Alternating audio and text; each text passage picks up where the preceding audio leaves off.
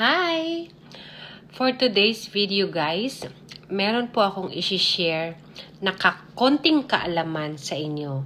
So, kung kayo po ay may cracked lips, yung nagbibitak-bitak po or nagbabalat-balat guys, so ito po, meron po tayong sugar dito.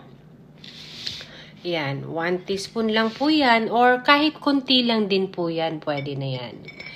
Ayan. So, meron din po tayong Vaseline dito. Ayan. Dapat yung plain lang na Vaseline.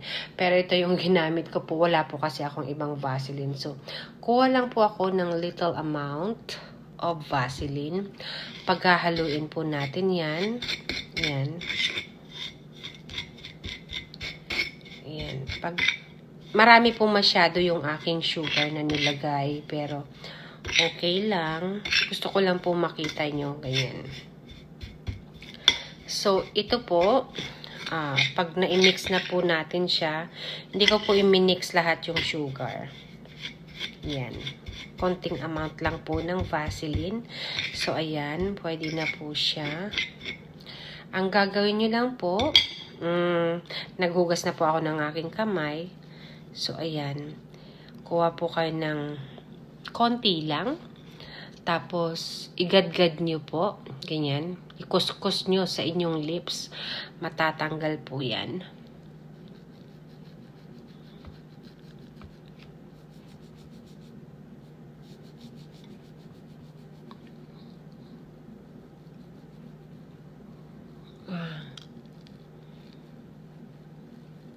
Ayan.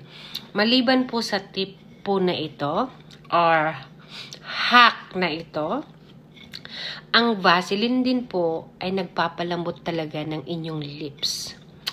Guys, itry nyo po ang Vaseline sa gabi. Ipahid nyo lang po sa inyong labi, up and down. Naku po, meron po kayong kissable, soft lips sa kinaumagahan. Ayan.